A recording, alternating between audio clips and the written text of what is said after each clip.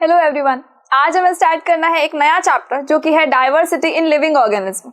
अब living organism के बारे में तो सबको बहुत अच्छे से पता है कि भाई जो भी लिविंग थिंग होती है, जो सांस लेती है, जो मोशन करती है, जो लोकोमोशन करती है, जो रेस्पिरेशन करती है, जो एक्सक्रीशन करती है, वो सब क्या होती है? लिविंग थिंग्स होती है। लेकिन अब ये जो लिविंग थिंग्स है यानी कि हमारे जो लिविंग ऑर्गेनिज्म है उनके अंदर इतनी ज्यादा डाइवर्सिटी जो है, अब उनको आप कैसे स्टडी करोगे ये हमें इस चैप्टर के अंदर देखना है। So I Lavina Kumawat welcoming you all at Scoreshala. देखो, अगर मैं लिविंग ऑर्गेनिज्म की बात करूं तो आपके अकॉर्डिंग इतने सारे लिविंग ऑर्गेनिज्म है? इतने ही क्या, और भी है? अच्छा, और भी बहुत सारे हैं जिसको कि मतलब हम सोच भी नहीं सकते, इतने सारे हैं। अगर मैं बात करूं सिर्फ एक स्पाइडर की, काट ना ले, है ना, चलो थोड़ा दूर से ही, अगर ये स्पाइडर है, अब बहुत सारे स्पाइडर्स होते हैं, हमने बहुत सारी वैरायटीज आपने कहीं ना कहीं तो देखी होगी, डिस्कवरी चैनल पे देखी होगी, कई बार आप यूट्यूब को स्क्रॉल करते हो तब भी आपने ये देख लिया होगा कि हाँ भाई इनकी बहुत सारी वैरायटीज होती है। कुछ ऐसे होते हैं जो जहरीले होते हैं, कुछ के काटने से कोई फर्क नहीं पड़ता, लेकिन हमारे घर वाली जो होती है उसको तो हम देख के घबरा जाते हैं कि हो ठीक है, मतलब ऊपर है तब तक ठीक है, नीचे ना आ जाए बस, ये ठीक है। अच्छा, छिपकली की बात कर ले जो इसके अंदर शायद मुझे नहीं नजर आ रही है, कोई बात नहीं, अपने घर में हम देख लेते हैं ना। अब वो जो लिजार्ड है जिसको देखकर बेसिकली हम बहुत डर जाते हैं, अगर बाथरूम में मिल जाए उसके बाद तो मतलब मुझे लगता है नहाना धोना सब वहीं हो गया हमारा, हम बाहर आ जाएंगे सीधा सीधा और डायरेक्ट चेंज करके स्कूल भी रवाना हो जाएंगे कि बस अब नहीं नहाना, बहुत हो गया, वो लिजार्ड को देख लिया ना इसलिए, ठीक है। तो वो जो लिजार्ड है उसकी भी बहुत सारी वैरायटी है, ठीक है, कोई बात नहीं, और आगे देख लेते हैं। और किसी की वैरायटी है क्या? अब ये जो भाई साहब आपको नजर आ रहे हैं, इनको देख के क्या समझ आ रहा है कि ये हमें जंगलों में मिलता है, ठीक है। क्या इनके जैसा जैसा और भी कोई मिलता है क्या? ये स्ट्राइप्स हो गई या इनका कलर जैसा कुछ और, या अगर मैं बोलूं कि ये तो सबको पता होगा कि कैट फैमिली से बिलोंग करते हैं, ये किस किस को नहीं पता है? नहीं पता तो मैं बता देती हूँ आपको कि ये जो भाई साहब दिख रहे हैं आपको, ये कैट फैमिली से बिलोंग करते हैं। अब ये जो कैट फैमिली है, इस कैट फैमिली के अंदर सिर्फ अकेले तो है नहीं, जो हम बेसिक जो हमारी कैट होती है जो हमारे घर के आसपास में म्याऊं म्याऊं करते हुए नजर आ जाती है, वो भी कैट है। ये भी हमने बोला कैट फैमिली से बिलोंग करते हैं। अच्छा, लायन भी कैट फैमिली से बिलोंग करता है, लियोपार्ड भी कैट फैमिली से बिलोंग करता है। अब ये जो कैट फैमिली से बिलोंग करने वाले इतने सारे ऑर्गेनिज्म हैं, तो ये तो क्या हम इनको अलग अलग स्टडी करेंगे? नहीं कर सकते। अच्छा, ये तो हुई हमारे लिविंग ऑर्गेनिज्म की बात, ये छोटा सा और ये इतने बड़े बड़े, कोई बात नहीं। प्लांट्स की बात कर लेते हैं। क्या प्लांट्स की वैरायटी कम है? नहीं ना, बहुत सारी वैरायटी है, और इतनी ज्यादा वैरायटी है कि हम सोच भी नहीं सकते। मैंगो ट्री ले लो, बैनियन ट्री ले लो, नीम ट्री ले लो, पीपल का पेड़ ले लो, और भी बहुत सारे पेड़ है हमारे पास में। अगर हम देखें हमारे तरबूज के लिए तो छोटी सी हमें वो बेल नजर आती है। ग्रेप्स के ले लो, अच्छा वो ऊपर जो क्लाइंबर होता है वो आता है, चलो कोई बात नहीं। मनी प्लांट ले लो, अच्छा वो भी क्लाइंबर में आ जाता है। और देख लेते हैं, अब हमारे घर में देख लो, एलोवेरा ले लो, अच्छा वो कांटेदार पेड़ हो गया, कोई बात नहीं। आप कैक्टस लेके देख लो, वो भी कांटेदार पेड़ है। अच्छा, स्पाइन्स ले लो, जो हमारे कॉनिकल शेप के प्लांट्स होते हैं वो ले लो। कितनी ज्यादा वैरायटी नजर आई ना हमें, कुछ स्पाइन्स की फॉर्म में है, कुछ फ्लावरिंग प्लांट्स है, हमारे रोज प्लांट ले लो, ठीक है, जो हमारे वैलेंटाइन पे बहुत अच्छे से हमें मिल जाता है दूर दूर से देखने को, बहुत सारे कलर्स आ जाते हैं उसके अंदर भी। रोज प्लांट में तो बहुत इंटरेस्टिंग वैरायटीज आती है, मतलब अगर येलो रोज होगे तो वो फ्रेंड है, और रेड रोज देंगे तो वो हमारे लवर को देते हैं, राइट, ऐसा कुछ सीन है आपके भी। चलो, पिंक रोज है वो और वैरायटी में आ गया, व्हाइट रोज आ गया, अरे यार इतनी सारी रोजेज है, अब क्या करें, फिर कंफ्यूजन हो गया, कोई बात नहीं। एक काम करते हैं, इन सबको ना एक कंपाइल फॉर्म में ले लेते हैं। होता नहीं है, आपके टीचर्स आपको बोलते हैं जब आप वर्क करते हो तो आपको बोलते हैं एक सिस्टमेटिक फॉर्म में करो बेटा, एक सिस्टमेटिक फॉर्म में करो, मतलब एक जो फॉर्मेशन आपका बना हुआ है उस फॉर्मेट के अंदर करो। उसके बाद जब आपको बोला जाता है कि बेटा उसके टाइप्स लिखो, कोई एक पर्टिकुलर चीज का बोला है आपको कि बेटा इसके टाइप्स लिख दो, तो आप क्या करते हो उस टाइप में? आप या तो बना देते हो एक स्मार्ट चार्ट, या तो आप इस तरह से करते हो कि अच्छा एक हमारा यहाँ आ जाएगा, दूसरा यहाँ आ जाएगा, तीसरा यहाँ, चौथा यहाँ, कोई बात नहीं। इसके अलावा एक और आप क्या करते हो, ये इस तरह से बना देते हो फॉर्मेशन की, चलो ठीक है, फर्स्ट हमने पॉइंट यहाँ लिखा, सेकंड पॉइंट यहाँ, थर्ड पॉइंट यहाँ, फोर्थ पॉइंट यहाँ, फिफ्थ पॉइंट यहाँ, ठीक है। ये सब हम क्यों कर रहे हैं? इसलिए ना ताकि हमें इजीली चीजें समझ में आ जाए। अच्छा चलो कोई नहीं, इसको छोड़ो। अपने घर के अंदर अगर मैं आपको बोलूं कि आपके पास में मम्मी ने क्या करा, आपको शॉपिंग करने के बाद, मम्मी की जो शॉपिंग होती है, तो हमारी नहीं, हमारे कपड़ों की नहीं बात कर रही मैं, हम मम्मी की शॉपिंग की बात करते हैं। जो मम्मी का किराने का सामान होता है, घर का सामान होता है, वो मम्मी की बहुत सारी जो शॉपिंग होती है जो महीने में एक बार होती है, मम्मी ने लाके क्या कर रखा और आपको बोला कि बेटा एक काम करो, इन सबको अपनी अपनी जगह पे रख दो। अब आप उसको कंफ्यूज देख के कि इतना सारा सामान है यार, इसको कैसे रखेंगे, कोई बात नहीं। फिर आपने क्या किया, थोड़ा सा दिमाग लगाया, किचन वाला सामान अलग कर दिया, देन आपने क्या किया, जो आपका बेडरूम वाला सामान था वो अलग कर दिया। तो देखो, ये देखो, किचन का हमारा सामान अलग हो गया। इसके बाद हमने क्या किया, जो हमारा इसमें था, इसमें से हमने सेग्रीगेट कर दिया, ठीक है। फिर हमने क्या करा, जो हमारे बाथरूम का सामान था वो हमने सेपरेट कर दिया।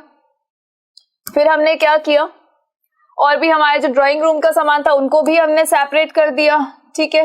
देन हमने क्या करा, इस किचन में से भी ना फिर और हम सेग्रीगेट कर देते हैं। फाइन, जो स्लैब पे रहेगा, जो ऊपर की शेल्फ पे रहेगा, जो नीचे की शेल्फ में रहेगा, कुछ जो बॉक्सेस में रहेगा। अब ये सारी चीजें सेपरेट करने के बाद में जब ये सेग्रीगेशन हो गया, अब आपके लिए बहुत ईजी हो गया इन सबको रखना।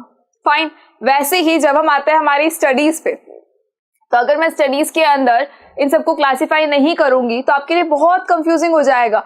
इतना जितना हमारा ये डाइवर्स नेचर है ना, उतनी ही हमारी डाइवर्स स्टडीज भी होती है। एसएसटी का चैप्टर ले लो, साइंस का चैप्टर ले लो जो हम कर ही रहे हैं, मैथ्स का चैप्टर ले लो, हिंदी का ले लो, इंग्लिश का ले लो। अगर मैं आपको बोलूं सब कुछ मैंने मिक्स एक ही बुक के अंदर खिचड़ी बना के रखी, अब पढ़ लो आप अच्छे से, पॉसिबल है?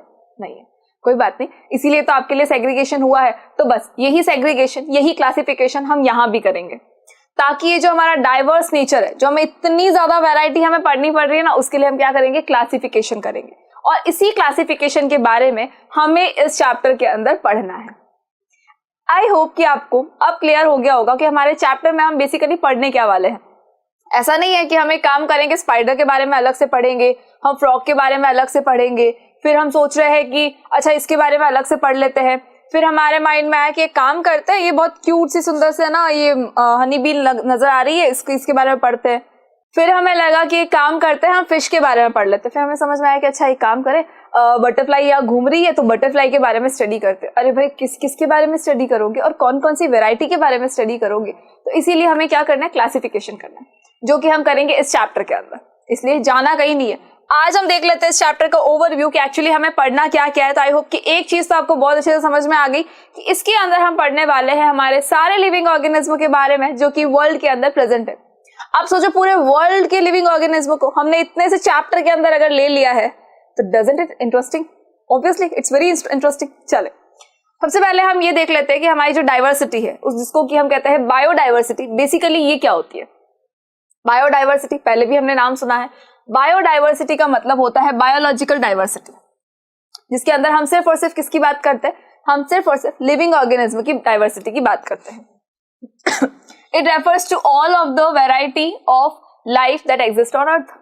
बायोडाइवर्सिटी का मतलब क्या हो गया, वो सारी वैरायटी जो अर्थ के ऊपर प्रेजेंट है। किसकी? मैगी की? नो, लिविंग ऑर्गेनिज्म की। फाइन, तो लिविंग ऑर्गेनिज्म की जितनी भी वैरायटी हमारे यहाँ पर प्रेजेंट है वो उनको हम क्या कहते हैं, बायोडाइवर्सिटी कहते हैं। यानी कि हमारी अर्थ के ऊपर इतनी ज्यादा डाइवर्स वैरायटी है सारे ही लिविंग ऑर्गेनिज्म की। अब इनको स्टडी करना फिर हुआ मुश्किल, तो हमने एक काम किया कि हम थोड़ा सा आगे आ गए और हमने क्या कर दिया, अच्छा हमारे लेवल्स यही पे लिखे हैं ना, कोई बात नहीं, ये जो लेवल्स है इनके अंदर हमने इनको डिवाइड कर दिया, स्पीशीज में डिवाइड कर दिया, फिर जेनेटिक में कर दिया, देन हमने बोला इकोसिस्टम डाइवर्सिटी, और बहुत सारे पार्ट्स में डिवाइड किया। अब ये पार्ट्स ऐसे तो हमें समझ आने वाले हैं नहीं, तो कोई बात नहीं, थोड़ा आपके लिए इसको ईजी बना देते हैं। सबसे पहले हम ये पढ़ेंगे कि हमारा क्लासिफिकेशन जो है वो एक्चुअली होता क्या है एंड इम्पोर्टेंस क्या है। तो आई होप कि आपको इम्पोर्टेंस बेसिकली यहाँ पर समझ में आ गई होगी, लेकिन फिर भी हम इसको डिटेल में स्टडी करेंगे जब हम इस चैप्टर को स्टार्ट कर देंगे। देन हम पढ़ेंगे बेसिस ऑफ क्लासिफिकेशन, ये बहुत ज्यादा इंपॉर्टेंट है। जैसे अभी आपने सेग्रीगेशन किया था, तो उस सेग्रीगेशन में जो हमारा सपोज जो शॉपिंग थी, तो सेग्रीगेशन ऑफ शॉपिंग, ठीक है, चलो एक काम करते हैं, इसको थोड़ा सा डिफरेंट लेते हैं, सेग्रीगेशन ऑफ शॉपिंग आइटम्स। जो हमारे शॉपिंग आइटम्स के सेग्रीगेशन था, अब उन शॉपिंग आइटम्स के सेग्रीगेशन में हमने क्या किया, सबसे पहले किचन को अलग कर दिया। किचन क्यों अलग किया हमने? जो हमारे खाने का मटेरियल है भाई हम उसको अलग नहीं करेंगे। हमारे बिस्किट्स हो गए, हमारे नमकीन हो गई, हमारी चिप्स हो गई, हमारी मैगी हो गई, क्योंकि हम उसके आगे तो हम जाते ही नहीं है। फिर दालें वाले तो मतलब हमारी मम्मी के काम की है ना, हमारे काम की थोड़ी ना होती है। चले, तो उसके बाद क्या आ जाएगा, उसके बाद हमारा आ जाएगा बाथरूम का सामान आ जाएगा भाई, नहाने धोने का सामान, आपके शैम्पू हो गए, कंडीशनर हो गए, आजकल पता नहीं क्या क्या यूज करते हो, वो सारी चीजें इसके अंदर आ जाएगी। ठीक है, इसके बाद हम आ जाते हैं हमारे बेडरूम के सामान पे, कोई डेकोरेटिव आइटम हो गया, कोई बेडशीट हो गई हमारे यहाँ, कोई पिलो कवर हो गया, कोई वॉज हो गया, कोई मे बी लैम्प हो गया, तो ये सारी चीजें हम कहाँ ले लेंगे, इसके अंदर ले लेंगे। ठीक है, तो ये जो सेग्रीगेशन हुआ है, कुछ बेसिस तो था, यूजेस थे। बेसिस क्या है इसका? Use of the item is the basis. Basis क्या है इसका? Use of the item. इसके बेसिस का थोड़ा सा हम कलर चेंज कर लेते हैं यहाँ पे, ताकि हमें अच्छा लगे, सुंदर लगे ये। ओके, यूजेस, इसका बेसिस क्या हो गया? यूजेस। अब अगर मैं इसको किचन में यूज कर रही हूँ तो मैं उसको किचन में रखूंगी, अगर मैं उसको बेडरूम में यूज कर रही हूँ तो मैं उसको बेडरूम में रखूंगी। अगर ऐसे कोई सामान है जो मुझे बाथरूम में यूज करना है, भाई मेरा शैम्पू कंडीशनर है, किचन में क्या करेगा? क्या वो खाने का सामान है? बिल्कुल नहीं है। तो वो कहाँ रहेगा भाई? वो बाथरूम में ही तो रहेगा। तो बस अब ये जो सेग्रीगेशन हुआ है किसकी वजह से हुआ? ये यूजेस के हिसाब से हुआ। फाइन, चले। तो हम ये भी पढ़ेंगे कि क्लासिफिकेशन का बेसिस क्या होने वाला है। देन हम पढ़ेंगे क्लासिफिकेशन सिस्टम के बारे में, और उसके बाद मैं आपको बताने वाली हूँ कि जो जितना आप क्लासिफिकेशन पढ़ोगे, क्या ये क्लासिफिकेशन इवोल्यूशन से भी रिलेटेड है। इवोल्यूशन मतलब मंकी से हम कहाँ आ गए हैं? हम एक मॉडर्न मैन तक आ गए हैं। हमें पता है ना कि वी आर कि हमारे एंसेस्टर्स क्या, we are not, monkeys are our ancestors, हम लोग नहीं है उनके। मंकीज जो है वो हमारे क्या है? एंसेस्टर्स है। चिंपैंजीज क्या हमारे एंसेस्टर्स है। लुक हो, अजीब नहीं लग रहा? ठीक है, हम मंकीज से हम आए हैं। ऑब्वियसली आए हो बेटा, कहीं नहीं गए, उन्हीं से आए हैं हम। तो मंकीज से लेकर मॉडर्न मैन का ये जो सफर है, क्या ये इस क्लासिफिकेशन से रिलेटेड है? तो ये भी हम पढ़ने वाले हैं। उसके बाद हम देखेंगे कि भाई हियरार्की ऑफ क्लासिफिकेशन क्या है, मतलब कि जो डाइवर्सिटी को जो हमें पढ़ना है, इतने सारे ऑर्गेनिज्म के बारे में पढ़ना है, तो उसका क्लासिफिकेशन जो हम करने वाले हैं वो हम किस बेसिस पे और कहाँ करेंगे और कैसे करेंगे।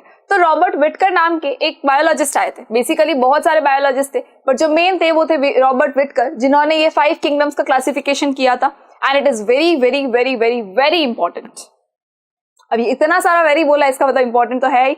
चले, आपको इस चैप्टर के अंदर सबसे ज्यादा जो फोकस करना है वो इन स्मार्ट चार्ट्स पे करना है। बेसिकली ये स्मार्ट चार्ट आपकी बुक के अंदर नहीं है, लेकिन हाँ, ये स्मार्ट चार्ट आपकी बुक के अंदर जरूर है, और इसी स्मार्ट चार्ट के ऊपर, इसी हियरार्की के ऊपर आपको फोकस करना है। ऑटोमेटिकली जब इस हियरार्की पे आप फोकस करेंगे तो आपका चैप्टर जो है वो आपको बहुत इजीली लर्न होने लगेगा। There are only 3 hierarchies in your chapter. First hierarchy हमारी ये किंगडम्स की आ जाएगी, सेकंड हियरार्की हमारी आएगी प्लांटी की, और थर्ड हियरार्की आएगी हमारी एनिमेलिया की। इस हियरार्की के बारे में मैं आपको बहुत डिटेल में समझाने वाली हूँ, और जब आप इसको समझ लेंगे तो आपको लगेगा कि पूरा चैप्टर हमने बहुत अच्छे से कवर कर लिया है, और अब आपको रटने की जरूरत तो बिल्कुल नहीं है। तो वैसे भी बेटा साइंस है, कहाँ रटोगे, रट के कहाँ जाओगे। चलो आ जाते हैं हमारे यहाँ पर फिर से कि हम क्या पढ़ेंगे, 5 किंगडम क्लासिफिकेशन के बारे में पढ़ेंगे। और इस 5 किंगडम क्लासिफिकेशन के अंदर हमने ये नाम तो देख लिए कि कोई बात नहीं, अच्छे लग रहे हैं ना, ये नाम बहुत अच्छे लग रहे हैं, कोई बात नहीं। अब आते हैं हमारे एक्चुअल नामों पे। एक्चुअल नाम क्या है? एक्चुअल नाम है हमारे ये, यानी कि ये जो हियरार्की है उसको अच्छे से देखना है। ऑर्गेनिज्म को हमने किस में डिवाइड किया? सबसे पहले एक बेसिस लेना है, एक बेस लेना है क्लासिफिकेशन का, that is prokaryotes and eukaryotes. Prokaryotes और यूकैरियोट्स है। अब ये प्रोकैरियोट्स के अंदर क्या आ गया? यूनिसेल्युलर। यूनिसेल्युलर के अंदर हमने क्या बोला? मोनेरा है भाई। फर्स्ट हमारा ये किंगडम है मोनेरा। फर्स्ट किंगडम क्या आएगा हमारा? मोनेरा आ जाएगा। देन इसके बाद हम इस हियरार्की के अंदर और आगे बढ़ेंगे, हमारे सेकंड किंगडम की तरफ जाएंगे। तो बेसिस को ना आगे से आगे फर्दर क्लासिफाई करना है, एक बेसिस पे स्टक नहीं होना है। जैसे हमने कहा सबसे पहले कि टाइप्स ऑफ सेल, प्रोकैरियोट्स है, यूकैरियोट्स है। फिर हम एक और क्लासिफिकेशन करेंगे कि ऑर्गेनिज्म जो है वो यूनिसेल्युलर है या मल्टीसेल्युलर है। तो अगर यूनिसेल्युलर है तो हम उसे कहेंगे क्या? प्रोटिस्टा। एंड अगर मल्टीसेल्युलर है तो फिर उसको आगे फर्दर क्लासिफाई कर देंगे। मल्टीसेल्युलर होगा, उसके बाद हमने जब क्लासिफाई किया उसको, तो हमने कहा कि भाई सेल वॉल है या फिर नहीं है। फाइन। अब अगर विद सेल वॉल है तो फिर हम इसको क्लासिफाई करेंगे, लेकिन अगर सेल वॉल नहीं है तो हम उसे कह देंगे कि ये हमारा क्या है? एनीमेलिया है। ये क्या है? एनीमेलिया है। अच्छा, अगर सेल वॉल है तो उसको और फर्दर क्लासिफाई कर दो, परफॉर्म फोटोसिंथेसिस और not. It is performing photosynthesis और नॉट, यानी कि अपना खाना खुद बनाते हैं या हमारी तरह फिर से प्लांट पे डिपेंडेंट रहते हैं। तो उसके बाद जब आप इसको क्लासिफाई करोगे तो एक आपको मिलेगा फंजाई और एक आपको क्या मिल जाएगा? प्लांटी। और हमें जो इस चैप्टर के अंदर डिटेल में स्टडी करना है, एक तो ये 5 किंगडम है जिनको हम बहुत अच्छे से पढ़ने वाले हैं कि इस किंगडम के अंदर आने वाले जो ऑर्गेनिज्म हैं वो ऑर्गेनिज्म, उनकी क्वालिटीज क्या होती है, उनके कैरेक्टरिस्टिक्स क्या होते हैं। तो एक जब आप कुछ लाइंस को, कुछ पॉइंट्स को जब आप लर्न कर लेंगे तो ऑटोमेटिकली आपको इस किंगडम के अंदर आने वाले सारे ऑर्गेनिज्म के बारे में सब कुछ समझ में आ जाएगा। इसके बाद हम इस चैप्टर के अंदर एनिमेलिया एंड प्लेंटी, जो हमारे लिए मोस्ट इंपॉर्टेंट है, इन दोनों का फर्दर क्लासिफिकेशन देखेंगे। और ये हम क्यों देखेंगे? तो देखो, एनिमल हमारे लिए बहुत इंपॉर्टेंट है। हमारे आसपास में सबसे ज्यादा हमें एनिमल ही नजर आते हैं एनिमेलिया किंगडम में जो आएंगे। उसके बाद प्लांटी है, प्लांट्स हमें बिल्कुल नजर आते हैं। क्या फंजाई को ज्यादा तवज्जो देने की जरूरत है? नहीं है। फिर प्रोटिस्टा मोनेरा है, बेचारे ये तो बहुत पहले के, भाई क्या कर रहे हो, यूनिसेलुलर ऑर्गेनिज्म है, देख थोड़ी ना सकते हैं, हम पूरे दिन माइक्रोस्कोप लेके नहीं घूमते हैं, तो हमें मेनली किसके बारे में स्टडी करनी है, एटलीस्ट इन 9th। ठीक है, इसके बाद हम इसके बारे में इसमें क्या क्या पढ़ेंगे, हम पढ़ेंगे एनिमेलिया के बारे में और हम पढ़ेंगे प्लांटी के बारे में। बाकी सब हम पढ़ेंगे कब, 11th-12th के अंदर। सब कुछ अभी लोड नहीं लेना है बेटा, सब हो जाएगा, लेकिन सब बाद में होगा, अभी नहीं होगा। अभी तो हमें सिर्फ उतना पढ़ना है ताकि हम लोग पास हो जाए, हमें फेल नहीं करे टीचर्स। ठीक है, चलो प्लांटी को जब हम डिवाइड करेंगे, किंगडम प्लांटी को जब फर्दर क्लासीफाई करोगे, तो अगेन वही है, कुछ पर्टिकुलर बेसिस होना चाहिए हमारे पास, और उन बेसिस के अकॉर्डिंग ही हम उनको क्या करेंगे, क्लासिफिकेशन करेंगे इनका। तो उन बेसिस के अकॉर्डिंग जब हम प्लांटी का क्लासिफिकेशन करेंगे, तो हम उसके अंदर पढ़ेंगे सबसे पहले थैलोफाइटा के बारे में पढ़ेंगे, जो बहुत ही प्रिमिटिव टाइप के प्लांट्स थे, थैलोफाइटा। उसके बाद हम पढ़ेंगे ब्रायोफाइटा के बारे में, देन हम पढ़ेंगे टेरिडोफाइटा के बारे में, उसके बाद हम पढ़ेंगे जिम्नोस्पर्म के बारे में, एंड उसके बाद हम पढ़ेंगे एंजियोस्पर्म के बारे में। आई होप कि जिम्नोस्पर्म एंड एंजियोस्पर्म ये दो ऐसे नाम हैं जो आपने पहले सुन रखे, बिल्कुल सुने होंगे। Flowering and non flowering plants तो सुना ही होगा, flowering and non flowering plants, ये तो पक्का सुना ही सुना होगा। ठीक है, तो बस यही दो तो है हमारे एंजियोस्पर्म और जिम्नोस्पर्म। अब ये इसमें से कौन सा क्या है वो तो मैं आपको डिटेल में तभी पढ़ाऊंगी जब आप प्लांटी के बारे में जब पढ़ेंगे।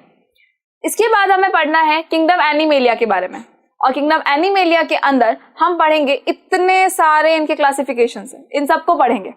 These are phylums. अच्छा, एक और चीज जो हम यहाँ पढ़ रहे थे, ये सब क्या है हमारे, जब प्लांटी को, किंगडम प्लांटी को जब हम डिवाइड कर रहे हैं, तो these are divisions. What are these? These are divisions. There are 5 divisions.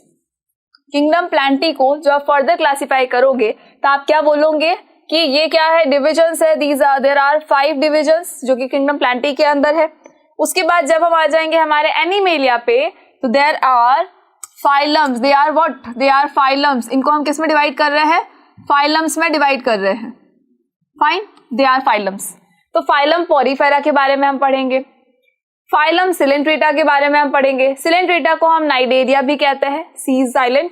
Then हम पढ़ेंगे प्लेटीहेल्मिन्थीज के बारे में।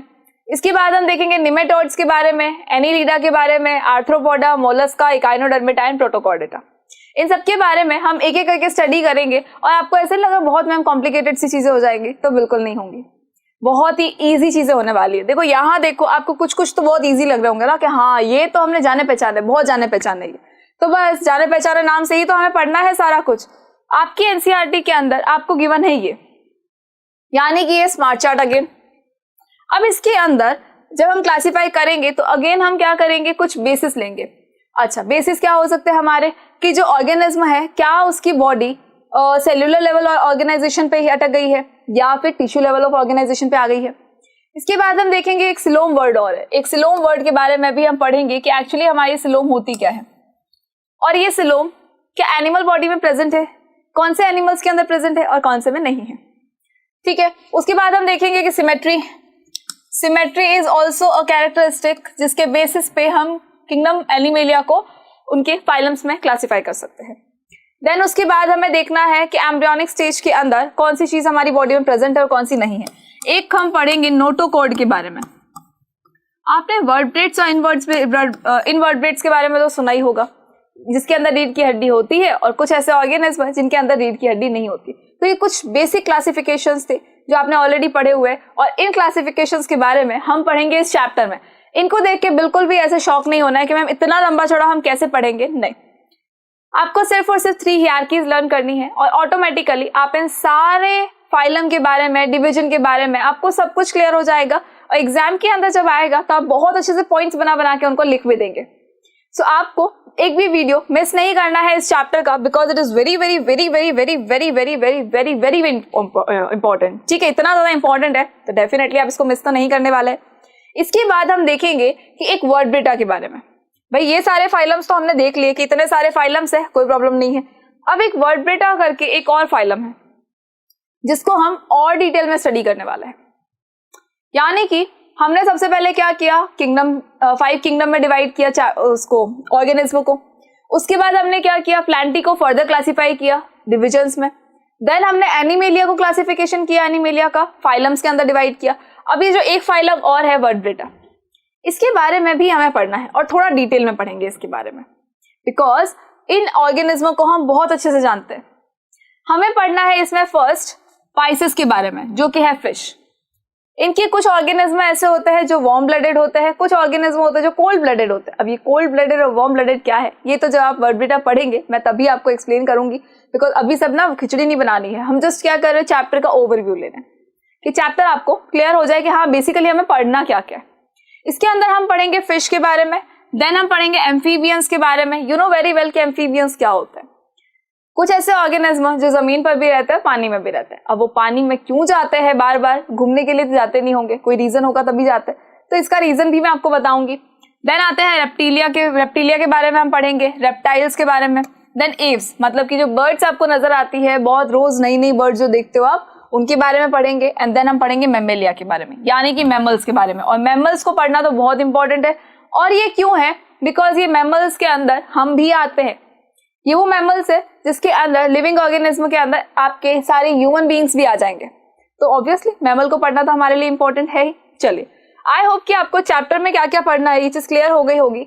Now in the next video we will start our chapter and one by one सारे ही टॉपिक को हम कवर करेंगे। तो आपको इस चैप्टर के एक भी वीडियो को मिस बिल्कुल भी नहीं करना है। Thank you so much.